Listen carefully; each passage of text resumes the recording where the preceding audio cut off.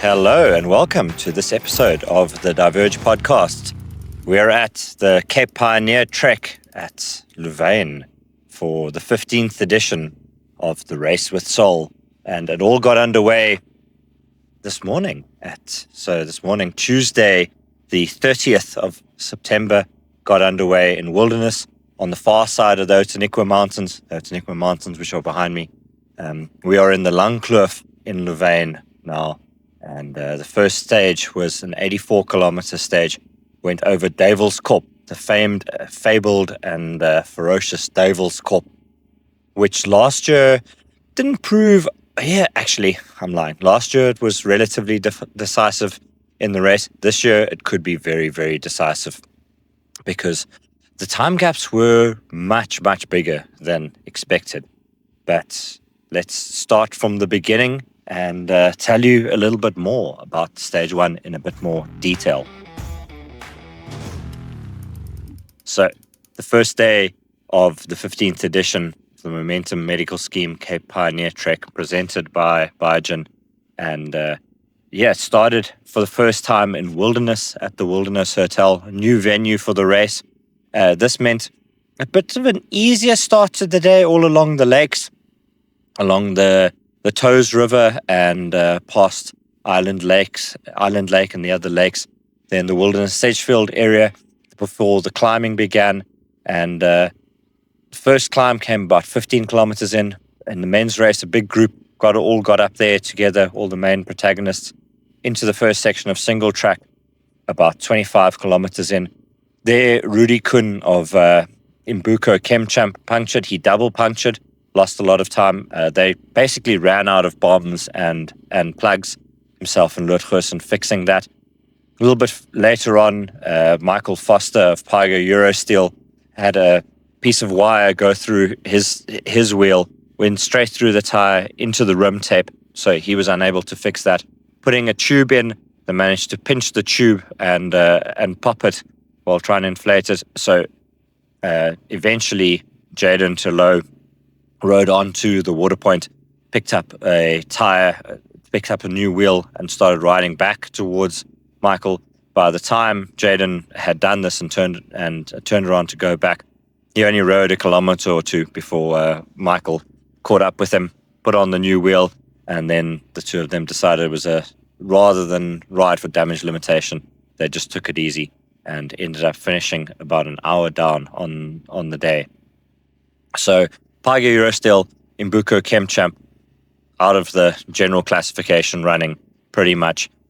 Then at the front, with those two teams out of the mix, was left to Chinolo Pro Cycling, Honeycomb 226s, the Toyota Imbuko Specialized ChemChamp team, which is Travis Stedman and Tristan Nortje coming together to represent Toyota Specialized and Imbuko ChemChamp at this edition of the race. Bit of a super team there in the absence of Marco Hubert, who's still struggling with a knee injury. And then the defending champions, Insect Science, Arnu de Tooy and Keegan Bontekoning, they were up at the front, as were Summer Place Racing, Ignatius Dupré and Herman Fourie.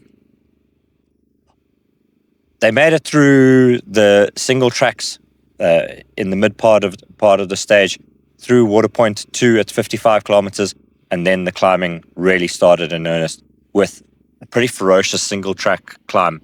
Up there, Wessel Botha for Honeycomb 226s, he set the pace, managed to thin the group down. He said he didn't want to attack. He just wanted to set a steady tempo, set a controllable tempo, because Mark Pritson had spent a couple of days off the bike. Mark has a saddle sore, so we will see how that develops. Or had a saddle sore, perhaps more accurately. But yeah, he's a little bit uncomfortable in the saddle. So yeah, we'll see how that goes for the rest of the race. It doesn't bode well. Doesn't sound good for him. But his legs were good, and let his teammate Wessel set the tempo up that climb. They thinned the group down until it was just Tristan Nortje, Travis Stedman, Wessel Botha, Mark Pritson, and the defending champions Arnu de Tooy and Keegan Bontekoning in that group. Arnu and Keegan were then the first to drop off, and Honeycomb 226s and Toyota Imbuko Specialized ChemChamp. That's a name I will not be able to get the hang of this week. Went over that first summit together, dropped down to a river deep in a valley in the Otaniqua Mountains, and then started the Devil's Corp climb proper. That's all on Jeep track, but the thing that needs to be kept in mind is that while Devil's Corp is always tough, it is super, super steep, and it's pretty exposed as well. It's old forestry plantations that have been cleared and are sort of going back partially to fynbos, partially to pine plantation, partially to other alien vegetation. So it's a bit messy, and because of that, the soil doesn't hold very well, and the road is getting eroded pretty badly. On top of that, Louvain hosted a round of rally championships here 2 weeks ago, and they put the rally cars, the same bakkies that they raced in the Dakar rally over that mountain and over that road, and they ripped it to absolute pieces. Big rocks, not baby head rocks, full-grown adult head-size rocks all over the road. The surface is loose. What soil there was dust. Just finding traction was difficult, and then add onto that an average gradient of over 10% and it kicking up to 15% plus in places. So really, really a tough climb. Travis and Tristan managed to get away from Vessel and Mark once. Vessel and Mark fought their way back. Travis and Tristan attacked again, managed to distance them. Tristan said when they got to the top, he was looking back. There's sort of a double crest, and then a dip, and then a second crest. When they got near the top of the second crest, he was looking back to see what the gap was. He'd been timing it. It was over 2.5 minutes when they went over there, and there was still no sign of the Honeycomb 226s. So he knew then that they had a pretty handy lead. Dropping down into Louvain, they had a couple of sketchy moments, as you will expect, on a route that has been ripped up by rally cars, but they managed to keep it together and take home the victory and earn themselves the first yellow jerseys of the race, the first yellow jersey of Travis Stedman's career as well. He has never, despite being on great form and really thriving in the one-day scene this year, he's never led a stage race. So great moment there for the young Toyota Specialized rider. They crossed the line in 3 hours, 35 minutes and 9 seconds. 4 minutes and 6 seconds later, Honeycomb 226's Vessel Buerta and Mark Pritson crossed the line. They were second. Insect Science, Arnoud de Toy, Keegan Bontekoning, 7 minutes and 3 seconds down. Summer Place Racing, Ignatius de Pre, Herman Fourie in fourth, 17:28. So big gaps there. Over 10 minutes between third and fourth, and 22 minutes 05 to the Imbuko ChemChamp team of Lut Goosen and Rudy Koen, who recovered there to take a top 5 on the day. They definitely have the legs to come into play and to support the Toyota Imbuko Specialized ChemChamp boys up at the front. So that could be an interesting dynamic to look out for later on in the race. Chinolo Racing 2 were sixth. Chinolo Racing 1 were 7th. And the ACT CNR team of Peter Corky and Keegan Tallis were 8th on the day. So, even further down, bigger gaps. We're looking at he's the best part of 40 minutes between first and ninth. We're in Insect Science, Azimuth, it's Alan Gordon and Jan Vitar in ninth, almost 40 minutes down. So really big time gaps after a very tough day. Tomorrow should be an easier day. It's historically been a day that has been a sprint day. So look for some consolidation tomorrow rather than more time to be taken. Perhaps, we think, but it is also the Cape Pioneer, and it is also very rocky out here in the Langkloof, and it'll get more rocky and drier as we head into the Karoo as well. But let's hear from the men who played key roles in today's stage, starting out with the stage winners, Tristan, Nortje and Travis Stedman, then chatting to Wessel Botha and finishing it up, Arnu de Tooy.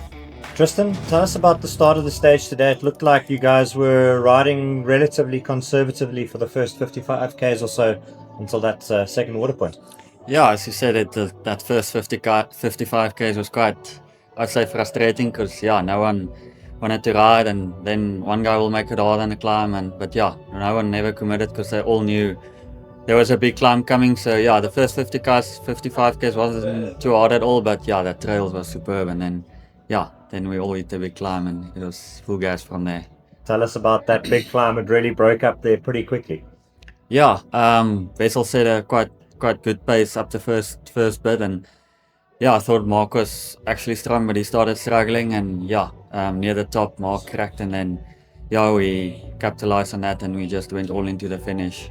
And this descent down here is a little bit hairy as well. You had to sort of be a bit cautious as well. Especially if you know that you have the lead and the finish is just here, so you kind of have to commit, but you also can't commit too bad. And but it wasn't too bad. I think going up the other side is worse coming down this side, so it's not too bad, but you're coming to the finish, so it's fast and furious.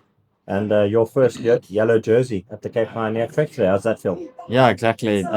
Cape Pioneer is a race, one of the race, actually the only race I've not won in SA yet, so hopefully this year we can do it. Travis, tell us about that Devil's Cork climb. Looked really, really tough and really rough as well.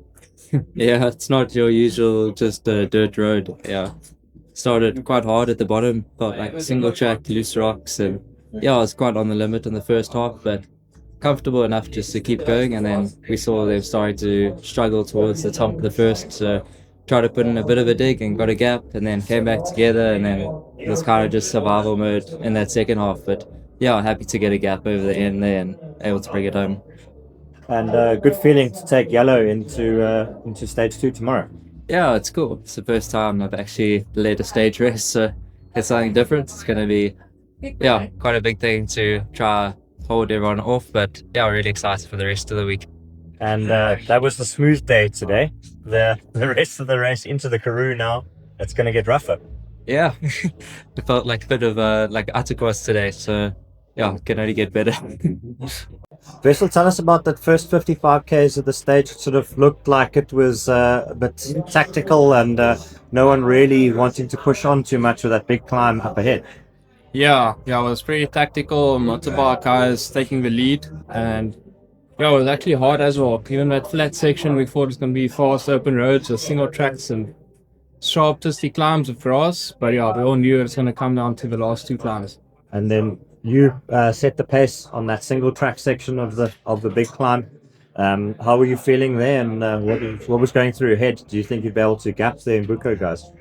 Yeah, the plan was more just to get into a single track first. We did it last year, so we know it's quite a crucial hard climb, and just set the steady pace.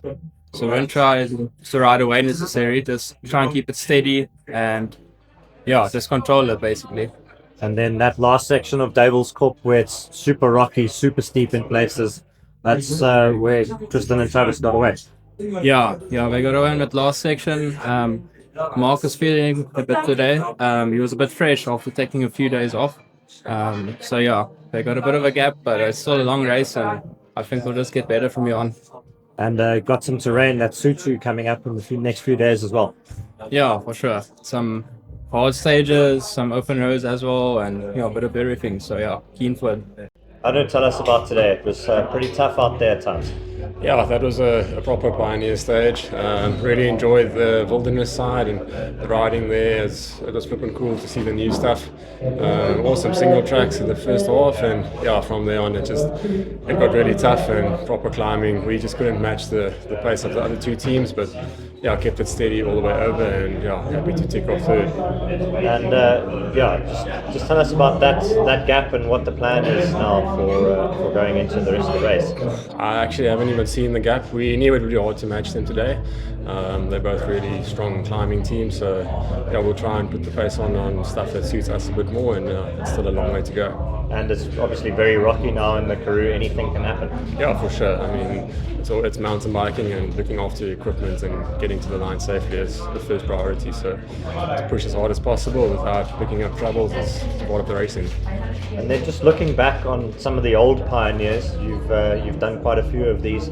How does this stage compare to some of those really tough days, 10 years ago or so? I heard yesterday afternoon they said this must be one of the nicest pioneer stages. I'm sure that comment came from Henties on his motorbike. It was a proper tough day out there, and it racks up with the best of them. In the women's race, it was all about the efficient Infiniti Insure teams. Steph Walters and Sarah Hill were the early aggressors in the UCI women's race on stage 1. They attacked on the first little climb about 15 kilometers in, got a bit of a gap, but it was only 20 seconds. And the group behind, which had their efficient Infiniti Insure teammates, Samantha Saunders and Vera Lauser, but was led at that stage by Bianca Hoare of Safari Essence Titan Racing. Also in that group were the Fortress Real Estate Investments team of Isla So and Chloe Bishop, and the Summer Sky Racing team of Lillian Barber and Collis Skeppers. So that group was dragged back to the front of the race. Bianca Hoare reduced that gap from 20 seconds down to nothing, and brought the efficient Infiniti team back. Once she'd done so, it just set up an opportunity for numerical advantage to play into efficient Infiniti's favor. Samantha Saunders and Vera Lauser then went over the top, took Steph Walters and Sarah Hill with them. They got away, never looked back, and spent much of the day racing together, working together. Sarah did confess that at times she felt like Sam and Vera were perhaps waiting for them a little bit, but still good teamwork there, keeping it together where they could, and where the numerical advantage played into efficient Infinities in favor on the flatter sections in the mid part of the stage. When the climbing began, though, Vera and Sam's class and just superior climbing really, really told. And they established a pretty dominant advantage. Looked like relatively easily. Steph Walters confessed having a bit of a cramp as well, and struggling. She said she knew she was going to cramp at some point in the day. She's just glad it was later in the stage rather than earlier. But the Sam and Vera went over Davil's Kop with a good lead, and by the time they reached the finish line, that lead was 18 minutes and 3 seconds. So they take the first pink First Ascent leaders jerseys into stage 2 tomorrow. Sarah and Steph were second on the day, and then Bianca Hoare, Danielle de Toy were third. They're 21 minutes and 6 seconds down. So only 3 minutes and 3 seconds between second and third after a very tough day. And that's pretty much the smallest gap, really, in the key positions in both the men's and the women's races. It kind of shows you how tough today's stage was. Isla Stowe and Chloe Bishop racing together for the first time. They were fourth on the day, 34 minutes 12 down, and the Summer Sky Racing team of Lillian Barber and Collis Skeppers were fifth, 53 minutes down. The Absolute Motion team in sixth were just over an hour back, again showing you how tough it was, because Francis Jans van Rensburg and Rachel Seaman are pretty strong riders as well. So over 88 kilometers, an hour time difference is quite something. But the heat, the roughness of the course, all played their part in creating big gaps on the opening day of the race with Seoul. But let's hear from those women, from Samantha Saunders, making her comeback from injury, of course. So we spoke to her first, and then we spoke to Steph Walters, to Sarah Hill, and to Danielle de Toy. Sam, just talk us through the early phases of the race. Looked like there was a pretty big group of the women's team sort of working together with Sarah and Steph a little bit off the front. Yeah, early on, everyone was still together, rolling through. Then Sarah and Steph got a bit of a gap, which we let go, and then Bianca wasn't happy with that, so she closed the gap. And yeah, in so doing, the opportunity arose and we capitalized, and our team, Vera and I and Sarah and Steph got a gap, and yeah, we just worked together to maintain it, and worked out super, and then we got a 1-2. And then tell us about that climb up Devil's Corp. Obviously very tough, and that's where you got away from your teammates, but also where you made victory. Yeah, so I mean, we didn't have much of a strategy going in. It was more kind of, let's just see what happens. But in a stage race, if you get an opportunity, you need to take it. And it just so happened that we had the better legs. But I mean, it's day one. There's still 4 more days to go. The climb it's a monster. I forgot how long it is, but I mean, it's such a beautiful stage. The trails in between water point 1 and 2 were, we came out there, and I looked at Vera and I said, wow, it's such a beautiful day on the bike. Tough, but it's worth it when you get to the top and the views and that descent now with the new finish. You get to the bottom quickly and it's done. So yeah, it's a beautiful day on the bike. Steph, tell us about the early part of today's stage. It looked like the two efficient Infiniti teams worked nicely together. Yeah, it was amazing. So it was a nice big flat start. So the group was all together, everyone taking different turns on the front. But on the first climb, I decided to go, and Sarah came with. And then our efficient team caught up with us. And yeah, it was really great. We rode together really well. I can't remember exactly where, but somewhere between water point 1 and 2. And yeah, obviously got 2 machines there. Did our best, but they got a little gap.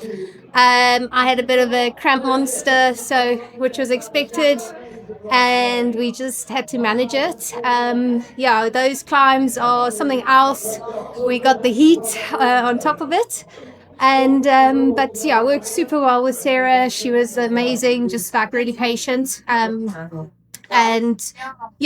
talking, and it really worked. So, and then just an amazing downhill at the end, which was super lovely to just get us to the finish line. Tell us about that climb in the heat as well. Made it a lot hotter today than we kind of expected. Yeah, it makes a difference. But I think we did do that climb last year, so that helped. I said to the girls, now you just must actually think that it never ends, because if you start thinking that it ends, you just get disappointed at every corner. So just think it's never going to stop, and at some point it does, and then you're like, okay, thank God. And then there's another one. Sarah, tell us about that Devil's Corp climb. It is really a beast. It is a monster climb, and I feel like starting with the single track is really tough because you got to balance correctly. Everything throws you off course, and every time you think it's the top, it's actually not, and you just go again and again and again. Steph and I had a really solid day. We found our rhythm quite nicely in between the single track, in between the water points. And then it was really just about us riding together and making sure we do as much as possible to maintain that second place. It was such a pleasure riding with our teammates in the beginning. I think they were waiting for us a little bit, but all in the spirit of Cape Pioneer. And so coming through and securing it is so cool. And then looking forward to tomorrow, riding around Louvain again. It's a little bit of a different stage to previous years, but sort of similar kind of feeling. Yeah. I mean, Louvain is beautiful. I can't wait for the sunset a bit later, but the trails here are tough. So just because we made it through today doesn't mean tomorrow's going to be exactly the same. We're going to wake up and give it our all once again. Danielle, tell us about the day today. Look, it's really tough out there, but also a good day on the bike. Sure, Seamus. No, it was a really proper tough day for me. I think it might have been one of the hardest days I've actually had on a mountain bike, and that says a lot because I've had some proper days in the past. But I unfortunately didn't have the best preparation going into this race. I struggled with illness after Swiss Epic, and it's been kind of getting back from that. And today I didn't feel completely back to how I used to be yet. But I know today was also the hardest day, or one of the hardest days of the week. So I'm hoping that the ice is now broken and that the body will get used to it, and that there'll be better days to come. Luckily, my teammate Bianca has been really looking after me and encouraging me all the way. So at least the vibes are still good. Any highlights that you can take from it as well? Some good trails out there, and some fun descending too. Yes, the trails. There was a section just before the water point, one of the water points where there was so many, it was like really cool flowy single track and in the forest, and it was absolutely beautiful and really well manicured. I really enjoyed that. Even though I was suffering at the back, it was still took a moment to appreciate that. And the events here and the trails here are always top notch, so can't go wrong. Tomorrow, stage 2, as I said, all around Louvain. We head out, or the race heads out to the northwest, initially towards Herald, hugging the northern slopes of the Outeniqua Mountains, and then doubles back on itself, climbs Duivelskorp once again from the much, much easier northern side. The northern side, as is often the case in South African mountain ranges, because the interior plateau tends to be a little bit higher above sea level than the southern plateau. So it's only about a 200 meter climb from the side, 250 meter maybe, from the northern side and Louvain to the top of Duivelskorp. They then drop down to the south, towards the southeast, into a nice hidden valley for some pretty rugged riding in what we're expecting to be sandy at times, dusty at times, and very rough at times as well, trails and dual tracks. The course then loops around towards the north, and the trails become smoother, eventually ending up on District Road, which in the past has led to a regrouping and pretty tactical racing towards the end of this stage. So we will see if that is the case again tomorrow. It's 88 kilometers, 1,800 meters of climbing on the cards, and could look for some consolidation in both the men's and women's races. But as we've seen already, punctures will probably play their part in this year's Momentum Medical Scheme Cape Pioneer Trek presented by Biogen. So anybody who looks to do well will do well to avoid punctures. And we will see if that can be the case over the coming days. Keep tuning in, and thank you for listening to this episode of the Diverge Podcast.